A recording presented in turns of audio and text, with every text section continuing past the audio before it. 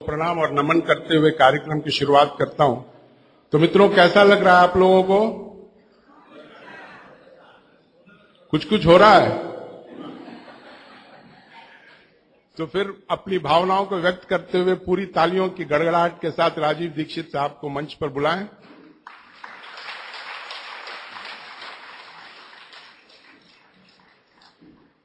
एक छोटी सी और एक गंभीर बात मैं आपको बताना चाहता हूं कि जब राजीव भाई का व्याख्यान समाप्त होता है और जब प्रश्न उत्तर का दौर चलता रहता है, उस वक्त भावनात्मक जुड़ाव और विषय की गहनता जो है वो पराकाष्ठा पर होती है, बुलंदी पर होती है। और ऐसे में हमारे कुछ मित्र अनायास बेरहमी से उठकर जाने का प्रयास करते हैं, जो उस बुलंदियों को ठेस पहुंचाती है। तो ये हमारी गुजारिश है कि जब तक ये कार्यक्रम चले, जब तक राजीव भाई नीचे नहीं उतरे, आप लोग जाने की कृपा मत करें। हम लोग एक छात्र हैं, एक बहुत ही गूढ़ और एक गहन विषय को समझने आए हैं। तो छात्रों वाले शिष्टाचार और छात्र का धर्म का निर्वाह हमें करना होगा। और इसी अपेक्षा के साथ मैं मंच राजीव भाई को सुपुर्द करता हूं। परम पूजनीय साध्वी जी, सत्य प्रभा जी, परम पूजनीय साध्वी जी, तरुण प्रभा जी, उनको मेरा सादर वंदन, कोटि कोटि वंदन। मुझे बहुत आनंद हुआ कि आज उनकी निश्रा में आपसे बात करने का, संवाद करने का समय मिलता है। मैं आपसे कल और कल के अगले एक दिन पहले और उसके एक दिन पहले 3 दिनों से जो बात कर रहा हूं, उसी बात को थोड़ा आगे बढ़ाता हूं।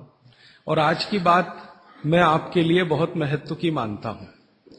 अब तक मैंने आपसे अष्टांग हृदयम के जिन सूत्रों पर चर्चा की है, हम लोग हर एक विषय में, आप जानते हैं ना, एक थ्योरी होती है और एक प्रैक्टिकल होता है।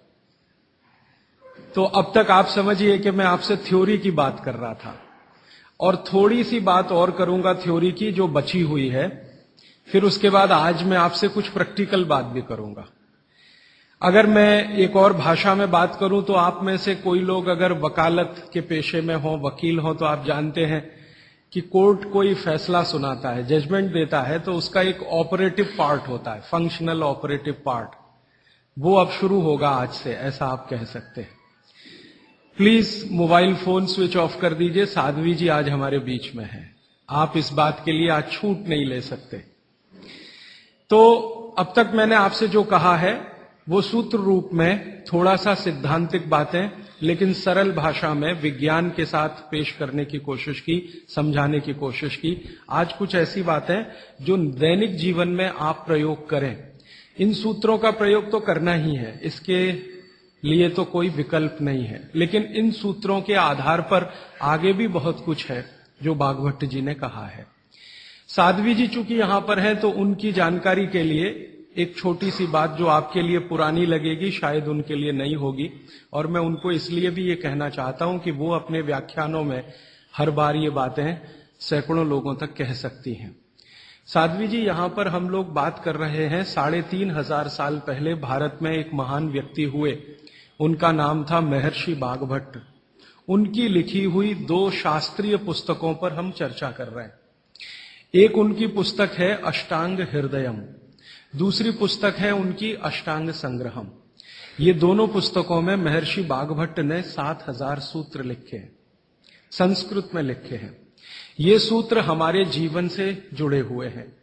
हमारे अपने जीवन में हमें स्वस्थ रहना है, निरोगी रहना है, तो इन स्वस्थ और निरोगी रहने के लिए क्या क्या करना चाहिए, ये सूत्र बागभट्ट जी ने लिखे हैं। बागभट्ट जी महर्षि चरक के शिष्य थे।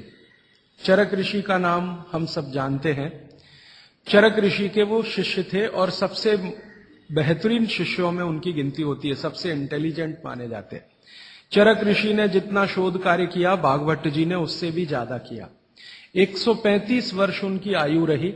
135 वर्ष में लगभग आप समझ लीजिए 18 वर्ष छोड़कर, 18 वर्ष वो ये कहते हैं कि मैं प्राथमिक अध्ययन करता रहा, तो 18 वर्ष छोड़कर बाकी सारे वर्ष उन्होंने बहुत गहन अध्ययन में लगाए। और उन्होंने कोई एक सूत्र लिखा तो उस पर कम से कम 50 से ज्यादा उन्होंने ऑब्जर्वेशंस किए। आज का जो विज्ञान है, जिसको हम आधुनिक विज्ञान कहते हैं, ये पूरा ऑब्जर्वेशन पर आधारित है। ऑब्जर्वेशन को हिंदी में क्या कहते हैं मैम? हाँ, निरीक्षण, परीक्षण या निरीक्षण, हाँ, प्रयोग या परीक्षण या निरीक्षण। तो अगर जैसे उन्होंने कोई सूत्र कह दिया तो उसका 50 बार परीक्षण किया, अलग अलग परिस्थितियों में अलग अलग लोगों पर किया, और जब उन्होंने देखा कि परिणाम वही है तब सूत्र लिखा। अब हम कल्पना करें कि 7000 सूत्र लिखे हों और एक एक सूत्र पर 50-50 परीक्षण उन्होंने किए हों, तो पूरी जिंदगी उनकी इसी में निकल गई। महर्षि भागवत बाल ब्रह्मचारी थे, अंतिम समय तक वो ब्रह्मचर्य का ही पालन करते रहे, गृहस्थ आश्रम उन्होंने नहीं जिया, लेकिन वो मानते थे कि गृहस्थ आश्रम बहुत महत्व का है। तो ऐसे महर्षि भागवत के सूत्रों को मैं पिछले 6 साल से पढ़ता रहा, और भारत की आज की जो परिस्थिति है, मैं मानता था और आज भी मानता हूं कि उसमें ये बहुत अनुकूल है। आज हमारे भारत की परिस्थिति ऐसी है, 112 करोड़ लोग इस देश में रहते हैं, इनमें से करीब 75 से 80 करोड़ लोग बीमार हैं। सरकार कहती है कि सिर्फ 30 करोड़ लोग हैं स्वस्थ, बाकी सब हैं बीमार। अलग अलग बीमारियां हैं, वात की बीमारियां हैं, पित्त की हैं, कफ की हैं, और इन बीमारियों का इलाज करने के लिए भारत में कुल मिलाकर 23 लाख डॉक्टर हैं रजिस्टर्ड, जो MBBS, BAMS और BHMS तीनों पद्धति के हैं। 23 लाख रजिस्टर्ड डॉक्टर हैं। अगर अनरजिस्टर्ड डॉक्टर भी इसमें मिला दें तो सरकार कहती है लगभग अनरजिस्टर्ड डॉक्टर भी इतने ही हैं, 25 लाख के आसपास। तो कुल मिलाकर हम 50 लाख डॉक्टर मान लें, अनरजिस्टर्ड और रजिस्टर्ड, तो भी मरीजों की संख्या 70 से 80 करोड़ है। एक डॉक्टर एक दिन में अच्छे से अच्छे काम करे तो 30 से ज्यादा मरीज नहीं देख पाता। तो मैंने एक दिन हिसाब लगाया कि अगर 30 व्यक्ति एक डॉक्टर के सुपुर्द कर दिए जाएं तो 50 लाख डॉक्टर हैं, मुश्किल से 1.5 करोड़ लोगों का इलाज हो सकता है, और रोगी 75 से 80 करोड़ हैं। तो भागवत जी एक सूत्र लिखकर चले गए, वो ये कहते हैं कि हर व्यक्ति अपनी चिकित्सा स्वयं कर सकता है, और इस बात को उन्होंने कहा कि 85% चिकित्सा बहुत आसान है जो कोई भी व्यक्ति स्वयं कर सकता है। 15% चिकित्सा थोड़ी मुश्किल है जिसमें आपको विशेषज्ञ की मदद की जरूरत पड़ती है।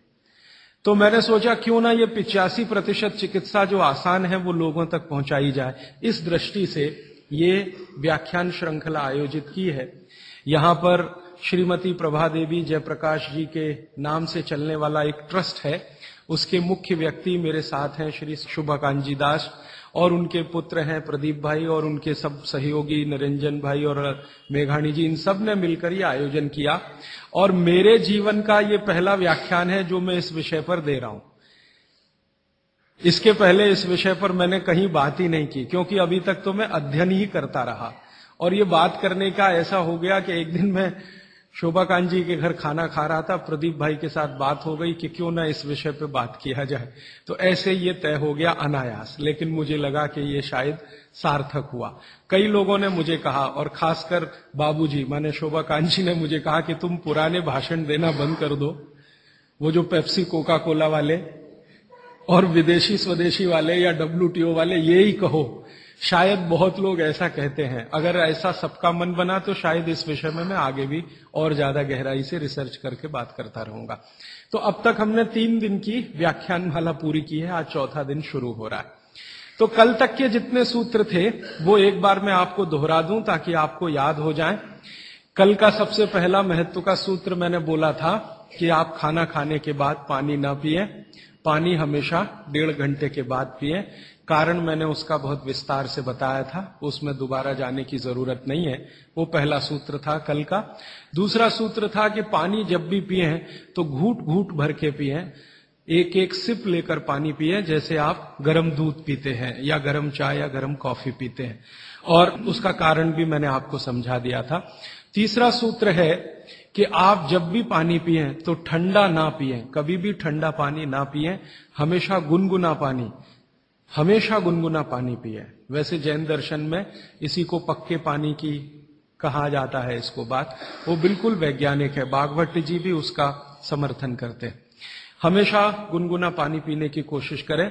आप में से कई लोगों ने सवाल पूछे थे कि गर्मियों में भी क्या गुनगुना पानी पिए। भागवत जी की माने तो गर्मियों में भी गुनगुना पी सकते हैं, लेकिन कोई बहुत तकलीफ आए तो मिट्टी के बर्तन का पानी आप गर्मी के दिनों में 3-4 महीने पी सकते हैं। फिर चौथा सूत्र ये था कल का कि पानी कभी भी पिए तो सवेरे उठते ही सबसे पहले जरूर पिए, माने सुबह की शुरुआत पानी से करें। और उसमें मैंने बताया था कि मुंह का कुल्ला किए बिना वो उठते ही पानी आपको पीना है, क्योंकि रात को जब आप सोते हैं तो जो कुछ भी लार मुंह में बनी है ये बहुत ही कीमती है, इसका औषधीय गुण बहुत है। और जैन दर्शन में इसको अहिंसा के साथ जोड़ा हुआ है, और वो मैंने करके भी देखा है कि सुबह की लार गलती से भी आप किसी चींटी या चींटा या मक्खी पे थूक दो, वो तुरंत मर जाएगा। सुबह की लार अगर आपने गलती से चींटी, चींटा या मक्खी पे थूक दिया, वो तुरंत मर जाता है, क्योंकि उसका औषधीय गुण बहुत प्रबल होता है सुबह सुबह। तो जैन दर्शन ने इसको अहिंसा से जोड़ा, भागवत जी ने इसको शरीर स्वास्थ्य से जोड़ा। तो ये 4 सूत्र मैंने कल आपको बताए थे, ये बहुत फंक्शनल हैं, ऑपरेटिव। इसके पहले 5 सूत्र पिछले 2 दिनों में मैंने बात की थी। आने वाले शायद एक दिन मैं सब सूत्रों को फिर से रिपीट कर दूंगा ताकि आपको भूलने ना पाए, आसानी से याद हो। अभी मैं आगे बढ़ता हूं। कल के सूत्र को आगे बढ़ाते हुए मैं एक सूत्र आपके सामने कहता हूं। भागवत जी कहते हैं बहुत गहरी बात। वो ये कहते हैं, ये साध्वी जी हैं इसलिए मुझे आज कहना बहुत उपयोगी भी लग रहा है इस सूत्र का। मैं सोचा था कि कल कहूंगा, लेकिन आज कह रहा हूं। भागवत जी कहते हैं कि जब आप भोजन करें कभी भी, तो भोजन का समय थोड़ा निश्चित करें। भोजन का समय निश्चित करें, ऐसा नहीं कि कभी भी कुछ भी खा लिया। हमारा ये जो शरीर है ये कभी भी कुछ भी खा लेने के लिए नहीं है। इस शरीर में जठर है, मैंने आपसे कहा, उसमें अग्नि प्रदीप्त होती है। तो भागवत जी कहते हैं कि जब जठर में अग्नि सबसे ज्यादा तीव्र हो उसी समय भोजन करें, तो आपका खाया हुआ एक एक अन्न का हिस्सा पाचन में जाएगा और रस में बदलेगा, और रस में से मांस, मज्जा, रक्त, वीर्य, मल, मूत्र, मेद और आपकी अस्थियां, इनका विकास होगा।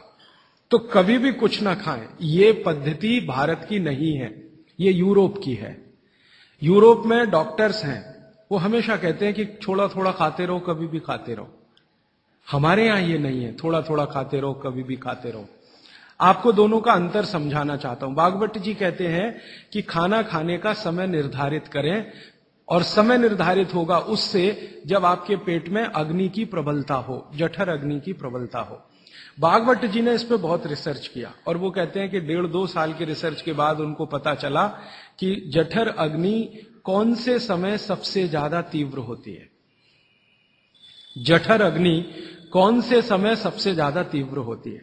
तो वो कहते हैं कि जब सूर्य का उदय होता है, सूर्य का जब उदय होता है तो सूर्य के उदय होने से लगभग 2.5 घंटे तक जठर अग्नि सबसे ज्यादा तीव्र होती है। सूर्य के उदय होने से, सूर्य का उदय होना आप चेन्नई के हिसाब से सोच लीजिए, मान लीजिए 7 बजे, तो 7 बजे से लेकर 9:30 बजे तक जठर अग्नि सबसे ज्यादा तीव्र होगी। हो सकता है यही सूत्र अरुणाचल प्रदेश में मैं बात करूं तो वो 4 बजे से 6:30 का समय आ जाएगा, क्योंकि अरुणाचल प्रदेश में सूर्य 4 बजे निकल आता है। अगर मैं सिक्किम में बात करूंगा तो और 15 मिनट पहले हो जाएगा, और यही बात अगर मैं गुजरात में जाकर करूंगा तो आपसे समय थोड़ा भिन्न हो जाए। तो सूर्य के साथ इसको ध्यान रखें। तो सूर्य का उदय जैसे ही हुआ उससे अगले 2.5 घंटे तक जठर अग्नि सबसे ज्यादा तीव्र होती है। तो भागवत जी कहते हैं कि इस समय सबसे ज्यादा भोजन करें, इस समय सबसे ज्यादा भोजन करें। वो तो एक जगह यहां तक कह देते हैं कि आप अगर संभव हो तो 9:30 बजे के अंदर ही लंच करें। 9:30 बजे के अंदर ही लंच करें, माने ब्रेकफास्ट गायब, नाश्ता छोड़ें, सीधे ही भोजन करें। यहां तक वो कहते हैं। वो ये कहते हैं कि सुबह 9:30 बजे तक अगर आपने भरपेट भोजन किया है तो इसमें से जो कुछ भी बनेगा वो एक एक बूंद, एक एक अन्न का टुकड़ा, एक एक दाने का टुकड़ा आपके शरीर के लिए उपयोगी होगा। क्यों? क्योंकि वो कहते हैं कि सुबह 7 बजे से, आपके हिसाब से मैं कह रहा हूं, 7 बजे से 9:30 जठर अग्नि बहुत तीव्र होती है। भागवत जी ने एक और रिसर्च किया था कि शरीर के जो अलग अलग अंग हैं, जैसे हृदय है हृदय, और जैसे जठर है जठर, जैसे किडनी है, जैसे लीवर है, इनके काम करने का अलग अलग समय है। जठर अग्नि के काम करने का सबसे अच्छा समय है 7 से 9:30, सूर्योदय से 2.5 घंटे तक। फिर इसी तरह से हृदय के काम करने का समय है सबसे ज्यादा ब्रह्म मुहूर्त से 2.5 घंटे पहले। ब्रह्म मुहूर्त आप समझते हैं 4, 4:30, तो 2, सवा 2 बजे, 1:30 बजे से लेकर 4 बजे के बीच में हार्ट सबसे ज्यादा सक्रिय होता है, और सबसे ज्यादा हार्ट अटैक उसी समय में आते हैं। किसी भी डॉक्टर से पूछ के देख लीजिए, क्योंकि हृदय जब सबसे ज्यादा सक्रिय होगा तो हृदय घात भी उसी समय होगा।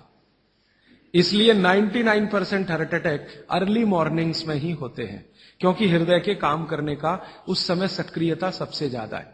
इसी तरह हमारा लीवर है, इसी तरह किडनी है। इसकी पूरी एक सूची मैंने बनाई है, बाहर पुस्तकों में है, इसलिए विस्तार में मैं नहीं जाता। संकेत के लिए आपसे कह रहा हूं कि हर शरीर के अंग का काम करने का एक निश्चित समय है, प्रकृति ने तय किया है, उसको भगवान ने तय किया है। तो आपका जठर अग्नि है, ये सबसे अच्छा 7 से 9:30, तो आप भरपेट खाना खाइए, ठीक है। फिर आप बोलेंगे जी दोपहर को भूख लगी तो थोड़ा और खा लीजिए, लेकिन भागवत जी कहते हैं कि सुबह का खाना सबसे ज्यादा, अगर आज की भाषा में मैं कहूं तो आपका जो ब्रेकफास्ट है ना, वो हैवियर से हैवियर होना चाहिए, भारी से भारी ब्रेकफास्ट। जितना खाते हैं ज्यादा भी खा लीजिए, कोई फर्क नहीं पड़ता। सुबह के नाश्ते में भरपेट खाइए। फिर वो कहते हैं दोपहर का भोजन अगर आप कर रहे हैं तो इसको थोड़ा कम करिए नाश्ते से। दोपहर का भोजन नाश्ते से कुछ कम करिए, 1/3 कम कर दीजिए, और रात का भोजन दोपहर के भोजन का 1/3 कर दीजिए। अब सीधे से मैं कहता हूं, अगर आप सवेरे 6 रोटी खाते हैं तो दोपहर को 4 ले लीजिए और शाम को 2 ले लीजिए। अगर आपको आलू का पराठा खाना है या गोभी का पराठा खाना है, आपकी जीभ स्वाद के लिए मचल रही है, तो भागवत जी कहते हैं कि सब कुछ सवेरे खाओ। आलू का पराठा भी खाओ, गोभी का पराठा भी खाओ, मूली का पराठा खाओ, जो आपको खाना है। हालांकि जैन है तो आलू का पराठा तो निषिद्ध है, मूली का भी निषिद्ध है आपके लिए। फिर अगर जो जैन नहीं है उनके लिए आपको जो ज्यादा अच्छा लगता है खाने में, मैं आपको एक वाक्य में कहता हूं, जो चीज सबसे ज्यादा पसंद है वो सुबह खाओ। रसगुल्ला पसंद है तो सुबह खाओ, रबड़ी खानी है तो पसंद है तो सुबह खाओ, जलेबी खानी है तो सुबह खाओ, इमरती खानी है तो सुबह खाओ। जो भोजन आपको सबसे ज्यादा पसंद है वो सुबह खाओ, पेट भर के खाओ। वो ये कहते हैं कि इसमें छोड़ने की जरूरत नहीं है, पेट भर के खाओ तो पेट की संतुष्टि हुई, मन की भी संतुष्टि होती है। और भागवत जी कहते हैं कि भोजन में मन की संतुष्टि पेट की संतुष्टि से ज्यादा बड़ी है। मन हमारा जो है ना, ये खास तरह की वस्तुओं से या हार्मोन से या एंजाइम से संचालित है। मन को आज की भाषा में डॉक्टर्स लोग जो गिनते हैं ना, हालांकि वो है नहीं, लेकिन उन्होंने जो कहा है वो पीनियल ग्लैंड के बारे में है। ये जो पीनियल ग्लैंड है ना, इसमें से बहुत सारा रस निकलता है, जिनको हम हार्मोन्स कह सकते हैं, कुछ एंजाइम्स हैं। ये संतुष्टि के लिए सबसे आवश्यक ग्लैंड है पीनियल ग्लैंड। तो भोजन अगर आपको तृप्त करता है, भोजन में एक तो पेट भरना है और एक तृप्त होना, तृप्त करेगा तो पीनियल ग्लैंड आपकी सबसे ज्यादा सक्रिय है। तो जो भी रस और एंजाइम चाहिए शरीर को, नियमित रूप से समान अंतर पे निकलते रहते हैं। और जो भोजन से तृप्ति नहीं है तो गड़बड़ होती है पीनियल ग्लैंड, और पीनियल ग्लैंड की गड़बड़ी पूरे शरीर में पसर जाती है और आपको तरह तरह के रोगों का शिकार बना दे। अगर आप तृप्त भोजन नहीं कर पा रहे हैं तो निश्चित रूप से 10-12 साल के बाद आपको मानसिक क्लेश होगा और रोग होंगे। मानसिक रोग बहुत खराब है, आप सिजोफ्रेनिया के शिकार हो सकते हैं, डिप्रेशन के शिकार हो सकते हैं, आपको कई ऐसी गंभीर बीमारियां हो सकती हैं। भागवत जी कहते हैं कि आप भोजन करते हुए अगर संतुष्ट नहीं है तो 27 तरह की बीमारियों से ग्रसित हो सकते हैं। उनकी पूरी सूची है, वो पुस्तक में है। कभी भी भोजन करें तो पेट तो भरे ही, मन भी तृप्त हो। और मन के तृप्त और पेट के भरने का सबसे अच्छा समय सवेरे का ही है। अब मैंने ये भागवत जी के सूत्र को चारों तरफ देखना शुरू किया तो मुझे पता चला कि मनुष्य को छोड़कर जीव जगत का हर प्राणी इस सूत्र का पालन कर रहा है, मनुष्य को छोड़कर। क्योंकि मनुष्य को मैं मूर्ख मानता हूं। हालांकि मनुष्य अपने को होशियार समझता है, लेकिन मनुष्य से ज्यादा होशियार ये जीव जगत के प्राणी हैं। आप चिड़िया को देखो, चिड़िया, कितने भी तरह की चिड़िया, सवेरे सूरज उगते ही उसका खाना शुरू हो जाता है और भरपेट खाती है। 6 बजे के आसपास आप राजस्थान में निकल जाओ, गुजरात में निकल जाओ, सब चिड़िया अपने अपने काम पे लगी हुई है, खाना खाने में खूब जम के खाती है। और पेट भर गया, उसके 4 घंटे के बाद ही पानी पीती है, दोपहर को ही पानी पीती है। गाय को देखो, सुबह उठते ही सूरज जैसे ही निकलेगा गाय का खाना शुरू हो जाएगा, भैंस का खाना शुरू हो जाएगा। बकरी, बकरे, भेड़, गधा, घोड़ा सब सुबह उठते ही खाना खाना शुरू करेंगे और पेट भर के खाएंगे, छक के खाएंगे, फिर दोपहर को आराम करेंगे। तो ये सारे जानवर, सारे जीव जंतु, आप सांप को देखो, बिच्छू को देखो, कीड़ी को देखो, चींटी को देखो, चींटे को देखो, सब जानवर, सब जीव जंतु जो हमारी आंखों से दिखते हैं, जो नहीं भी दिखते हैं, ये सबका भोजन करने का समय सवेरे सूर्योदय का ही है। सूर्योदय के साथ ही ये सब भोजन करते हैं, इसलिए ये हमसे ज्यादा स्वस्थ रहते हैं। मैंने आपको कई बार ये कहा है, आप उसको हंस देते हैं। किसी भी चिड़िया को डायबिटीज नहीं होता, किसी भी बंदर को हार्ट अटैक नहीं आता। बंदर तो आपके नजदीक है ना शरीर रचना में, बस बंदर और आप में एक ही अंतर है कि उसको पूंछ है, आपको नहीं है। बाकी सब कुछ एक ही है। आपका हृदय बंदर का हृदय, आपका लीवर बंदर का लीवर, आपकी किडनी बंदर की किडनी, सब कुछ समान है। मां का गर्भाशय, बंदरिया का गर्भाशय, सब समान है। एक ही अंतर है, उसको पूछे, आपको नहीं है। तो ये बंदर को कभी भी डायबिटीज नहीं, हार्टिटिस नहीं, कोई कुछ नहीं, कोई कुछ नहीं। मेरे एक बहुत अच्छे मित्र हैं डॉक्टर रविंद्रनाथ शानबाग, वो रहते हैं कर्नाटक में। कर्नाटक में एक उडुपी नाम की जगह है, वहां रहते हैं। बहुत बड़े प्रोफेसर हैं, मेडिकल कॉलेज में काम करते हैं। उन्होंने एक बड़ा गहरा रिसर्च किया। उन्होंने कहा कि मैंने जिंदगी भर, माने 15-16 साल उन्होंने एक रिसर्च किया कि बंदर को बीमार बनाओ। क्योंकि उन्होंने बहुत सारे वैज्ञानिकों से यह सुन रखा है कि बंदर बीमार नहीं होता, और बीमार होगा तो मरेगा ही, जीवित नहीं रहेगा। तो बंदर को बीमार बनाओ। तो उन्होंने तरह तरह के वायरस और बैक्टीरिया बंदर को डालना शुरू किया, कभी इंजेक्शन के माध्यम से, कभी किसी माध्यम से। वो कहते हैं कि मैं 15 साल असफल रहा, बंदर को कुछ नहीं हो सकता। और मैंने कहा कि आपने ये बता दिया कि ठीक है बंदर को कुछ नहीं हो सकता। वो कहते हैं कि मैंने बहुत कोशिश किया कि उसके ब्लड का कोलेस्ट्रॉल बढ़ा दूं, बढ़ता ही नहीं। तब उन्होंने एक दिन रहस्य की बात बताई, वो आपको भी मैं बता देता हूं कि बंदर का जो ब्लड है ना, उसका RH फैक्टर दुनिया में सबसे आदर्श है। और आपका RH फैक्टर जब नापता है ना कोई डॉक्टर, तो बंदर से ही कंपेयर करता है। वो बताता नहीं आपको, ये अलग बात है। कंपैरिजन बंदर से ही होता है। कारण उसका है कि उसको कोई बीमारी आ नहीं सकती, ब्लड में कोलेस्ट्रॉल बढ़ता नहीं, ट्राइग्लिसराइड कभी बढ़ता नहीं, डायबिटीज कभी होती नहीं, शुगर कितनी भी बाहर से इंट्रोड्यूस करो उसके ब्लड में टिकती नहीं। तो वो प्रोफेसर साहब कहते हैं यार ये सब एक ही चक्कर है कि बंदर सवेरे ही सवेरे भरपेट खाता है, जो आदमी नहीं खा पाता। तो वो प्रोफेसर रविंद्रनाथ शानबाग ने कुछ अपने मरीजों को कहा कि देखो भैया, बंदर की तरह से खाओ, माने सुबह सुबह भरपेट खाओ। तो उनके कई मरीज हैं जिन्होंने पर उन्होंने एक्सपेरिमेंट किया, और वो मरीज बताते हैं कि जब से उन्होंने सुबह भरपेट खाना शुरू किया, किसी की डायबिटीज माने शुगर कम हो गई, किसी का कोलेस्ट्रॉल कम हो गया, किसी के घुटने का दर्द कम हो गया, किसी के कमर का दर्द कम हो गया, किसी का कुछ, गैस बनना बंद हो गई, पेट में जलन होना बंद हो गई, नींद अच्छी आने लगी, वगैरह वगैरह। सारे इंप्रूवमेंट वो बोलते हैं होते हैं। तब से वो चिल्ला चिल्ला कर कहते हैं, और ये बात भागवत जी 3500 साल पहले कहते हैं कि सुबह का खाना सबसे अच्छा, माने सबसे ज्यादा खाना है, सबसे अच्छा खाना है। जो भी स्वाद आपको लगता है वो सुबह ही खाइए। तो सुबह का खाना फिक्स करिए, समय तय करिए।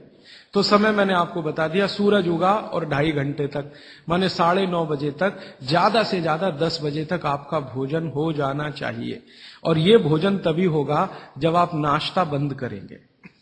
ये नाश्ता हिंदुस्तानी चीज नहीं है, ये अंग्रेजों की है। और आप जानते हैं ना हमारे यहां चक्कर क्या चल गया, नाश्ता थोड़ा कम करेंगे, लंच थोड़ा ज्यादा करेंगे, डिनर उससे भी ज्यादा करेंगे। सवा सत्यानाश, एकदम उल्टा। भागवत जी कहते हैं कि नाश्ता सबसे ज्यादा करो, लंच उससे कुछ कम करो, डिनर सबसे कम करो। हमारा बिल्कुल उल्टा चक्कर है, डिनर सबसे ज्यादा, लंच उससे कुछ, और नाश्ता सबसे कम। ये अंग्रेज और अमरीकियों के लिए नाश्ता कम है। कारण पता है? वो लोग नाश्ता हल्का ही करें तो उनके लिए अच्छा है, हमारे लिए नाश्ता ज्यादा ही करना बहुत अच्छा है। कारण उसका एक ही है कि अंग्रेजों के देश में सूर्य नहीं निकलता। साल में 8-8 महीने तक सूरज के दर्शन नहीं होते। और ये जो जठर अग्नि है ना, ये सूरज के साथ सीधे संबंधित है। जैसे जैसे सूर्य तीव्र होगा, अग्नि तीव्र होगी, जैसे जैसे सूर्य कम होगा, अग्नि भी कम होगी। तो यूरोप और अमेरिका में सूरज निकलता नहीं, साल में 8-8 महीने बर्फ पड़ती है, -40 डिग्री सेंटीग्रेड तापमान होता है। तो वहां जब सूरज है नहीं तो जठर में अग्नि हो नहीं सकती, तो वो नाश्ता हैवी नहीं कर सकते, करेंगे तो उनको तकलीफ हो जाएगी। इसलिए मैंने सबसे पहले दिन जो सूत्र बोला था, अपनी आबो हवा, अपना पर्यावरण, अपना वातावरण, अपनी तासीर, इसको ध्यान में रखकर ही चलें। तो आपके देश की जो आबो हवा और तासीर है वो ये कि हर दिन सूरज निकलता है, सुबह निश्चित रूप से निकलता है, अगले दिन भी निकलेगा, करोड़ों साल से निकल रहा है, अगले करोड़ों साल तक निकलेगा। इसलिए भारत में every morning is good morning, सभी सुबह अच्छी है। यूरोप वाले तरसते हैं गुड मॉर्निंग के लिए, अच्छी सुबह होती नहीं वहां। इसलिए हर एक आदमी दूसरे को विश करता है, may I wish you to have a good morning. इसलिए वो गुड मॉर्निंग वाले लोग हैं। हमारे यहां तो every morning is good morning. तो हम गुड मॉर्निंग में क्यों फंसे हुए हैं? तो गुड मॉर्निंग से निकलिए, नमस्ते में आइए, नमस्कार में आइए, वणक्कम में आइए। ये गुड मॉर्निंग आपके लिए काम की चीज नहीं है। और ये गुड मॉर्निंग जुड़ी हुई है आपके पेट से। जितनी अच्छी सुबह होगी, माने सूर्य जितना अच्छा होगा, उतनी तीव्र जठर अग्नि होगी, उतना ही अच्छा भोजन करिए। तो वो कहते हैं कि सुबह का खाना आप भरपेट खाइए, माने नाश्ते को लंच में बदल दीजिए। ठीक है, 9:30 बजे तक, 10 बजे तक ज्यादा से ज्यादा। फिर आप इसमें तर्क और कुतर्क मत करिए, जी हमको दुकान जाना है, हमको ऑफिस जाना है, हमको दुनियादारी संभालनी है। किसके लिए? इसी पेट के लिए ना। ये दुनियादारी कर किसके लिए? आप इसी पेट के लिए ना। तो पेट तो दुरुस्त होने के लिए भागवत जी कह रहे हैं कि भाई इसको संभाल लो, तो दुनियादारी संभलती है। और ये गया तो दुनियादारी संभाल के करेंगे क्या? मान लीजिए पेट ठीक नहीं है, स्वास्थ्य ठीक नहीं है, आपने 10,000 करोड़ कमा लिया, क्या करेंगे? डॉक्टर को ही देंगे ना। तो डॉक्टर को देने से अच्छा किसी गौशाला वाले को दे दीजिए, पेट दुरुस्त कर लीजिए। तो पेट आपका है तो दुनिया आपकी है, ये आप जान लीजिए। इसलिए पेट को दुरुस्ती के लिए भागवत जी कहते हैं सुबह का खाना भरपेट खाइए। माने आप बाहर निकलें घर के तो छक्कर खाना खा के निकलिए, भोजन करके ही निकलिए। दोपहर को 12 बजे से 1 बजे के बीच में जठर अग्नि की तीव्रता कम होना शुरू होती है। तो उस समय थोड़ा कुछ हल्का खाएं, माने जितना सुबह खाया उससे कुछ कम खाएं तो अच्छा है, ना खाएं तो और भी अच्छा है। खाली फल खा लें, जूस पी लें, दही पी लें, मट्ठा पी लें, आदि आदि। शाम को फिर खाएं। अब शाम का भागवत जी कहते हैं कि आपने एक चीज देखी है ना, वो बहुत प्रकृति से सीखने की जरूरत है। दीपक भरा तेल का दीपक आप जलाना शुरू करिए तो पहली लौ खूब तेजी से जलेगी, ठीक है, और अंतिम लौ भी तेजी से जलेगी। माने दीपक जब बुझने वाला होगा तो बुझने से पहले वो बहुत तेज जलेगा।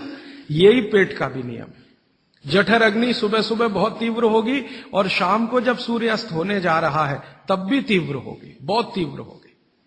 तो कहते हैं शाम का खाना सूरज के रहते रहते खा लो। सूरज डूबा तो अग्नि भी डूबी। तो वैसे तो जैन दर्शन में कहा है रात्रि भोजन निषेध है, भागवत जी भी यही कहते हैं, तरीका अलग है बस। आप अहिंसा के लिए कहते हैं, वो स्वास्थ्य के लिए कहते हैं। वो ये कहते हैं शाम का खाना तो सूरज डूबने के बाद दुनिया में कोई नहीं खाता। गाय को खिला के देख लो, नहीं खाएगी। भैंस भी नहीं खाती, खिला के देख लो। बकरी भी नहीं खाएगी, बकरा गधे को खिला के देख लो, खाता नहीं। हाँ, बिल्कुल नहीं खाता। आप खाते हैं तो आप अपने को कंपेयर कर लीजिए कि किसके साथ हैं आप। कोई जानवर, कोई जीव राशि सूरज डूबने के बाद खाती नहीं, तो आप क्यों खा रहे हैं? प्रकृति का नियम भागवत जी कहते हैं पालन करिए। माने रात का खाना जल्दी कर दीजिए, सूरज के रहते रहते। माने 5-6 बजे के आसपास आपके यहां सूरज डूबता है, 6 बजे या 6:30 बजे, वही समय सबसे अच्छा है, डूबने से पहले। अब कितना पहले? तो भागवत जी ने उसका कैलकुलेशन दिया, 40 मिनट पहले। सूरज डूबने का समय पता कर लीजिए। चेन्नई में सूरज शाम को 7 बजे डूब रहा है, तो 6:20 तक। 6 बजे डूब रहा है तो 5:20 तक। ये हिंदुस्तान के किसी भी कोने में चले जाइए, सूरज डूबने से 40 मिनट पहले का ही निकलेगा।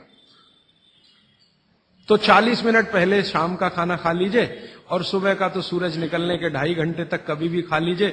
दोनों समय पेट भर के खा लीजिए। फिर कहेंगे जी रात को क्या? तो रात के लिए भागवत जी कहते हैं कि एक ही चीज है रात के लिए, कि आप कोई तरल पदार्थ ले सकते हैं, जिसमें सबसे अच्छा उन्होंने दूध कहा है। साध्वी जी तो वो भी नहीं ले सकते, साधु तो वो भी नहीं ले सकते, लेकिन आप गृहस्थी लोग हैं तो इतनी छूट चाहे तो आप ले सकते हैं। भागवत जी कहते हैं कि शाम को सूर्य डूबने के बाद, मैंने आपको कल कहा था, हमारे पेट में जठर स्थान में कुछ ऐसे हार्मोन्स या एंजाइम्स या रस पैदा होते हैं जो दूध को पचाते हैं। इसलिए वो कहते हैं सूर्य डूबने के बाद जो चीज खाने वाली है वो दूध है, या पीने वाला है वो दूध है। तो रात को दूध रख लीजिए, 6 बजे तक भरपेट खाना रख लीजिए। सुबह का खाना अगर आपने 9:30-10 बजे खाया तो शाम को 6 बजे खूब अच्छी सी भूख लगेगी। फिर आप कहेंगे जी हम तो दुकान पे बैठे हैं 6 बजे, तो डब्बा मंगा लीजिए, दुकान में डब्बा आ सकता है। हाँ, डब्बा आने में कोई तकलीफ नहीं है। दुकान में आप 6 बजे बैठे हैं, डब्बा आपका आ सकता है। और मैं आपको हाथ जोड़कर कह रहा हूं, आप में से कोई भी डायबिटिक पेशेंट है, कोई भी अस्थमेटिक पेशेंट है, किसी को भी बात का गंभीर रोग है, आज से ये सूत्र चालू कर दीजिए। 3 महीने बाद आप खुद मुझे फोन करके कहेंगे राजीव भाई पहले से बहुत अच्छा हूं, शुगर लेवल कम हो रहा है, अस्थमा मेरा पहले से कम हो रहा है। ट्राइग्लिसराइड चेक कर लीजिए और इस सूत्र को शुरू कर दीजिए। 3 महीने बाद फिर चेक करा लीजिए, पहले से कम होगा। VLDL, LDL आज चेक कर लीजिए, 3 महीने बाद फिर चेक करा लीजिए, बहुत तेजी से घटेगा। HDL आज चेक करा लीजिए, 3 महीने बाद चेक करा लीजिए, बहुत तेजी से बढ़ेगा। और HDL बढ़ना ही चाहिए, LDL, VLDL कम होना चाहिए। तो ये सूत्र भागवत जी का जितना संभव हो आप ईमानदारी से पालन करिए, वो आपको स्वस्थ रहने में